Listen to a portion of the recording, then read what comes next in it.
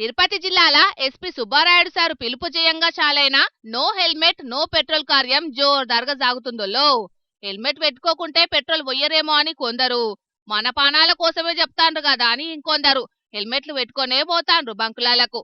మరి ఇక కడమోళ్ళంటారా, చెప్తే నన్నోళ్లను షడంగా చూడాలంటారు కదా. కానట్లా ఇడిచిపెట్టకుండా పైసలు ఖర్చు పెట్టి మరి హెల్మెట్ లేనోళ్ళ బాగు గోరే కార్యం ముంగటేసుకున్నారు. రొమ్మల ఫౌండేషన్ తరపున జరిగింది కార్యం.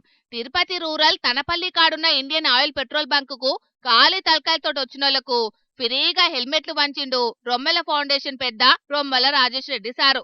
మరి ఆయన ఏమంటున్నాడు ఈ నుండ్రి. తనపల్లి గ్రామం Suresh fuels Indian oil petrol బంక్లో ఫ్రీ హెల్మెట్ డిస్ట్రిబ్యూషన్ చేయడం జరిగింది.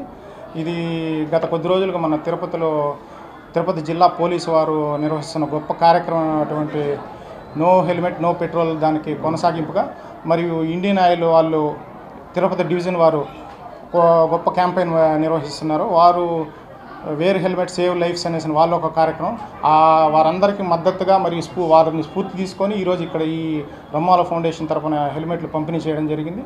మంచి ముచ్చటే. హెల్మెట్ పెట్టుకునుడంటే మన పానాలు కాపాడుకునుడు కాదు, మన ఇంటోళ్లను ఆగం చేయకుండా ఉండు. అందుకే ఈ కార్యం ముంగటేసుకున్నారట. ఇంకా పోను పోను శానా చేస్తారట. మరి గట్లనన్నా హెల్మెట్లు పెట్టుకుంటారో, లేకుంటే కొందరు పెట్టుకొని కడమొల్లంతా మళ్ళా గవే సోకులు పడతారో చూసుకుంటా పోవాలిగా. ఇక ఇదైతే ఓడవని కథేనోల్లా.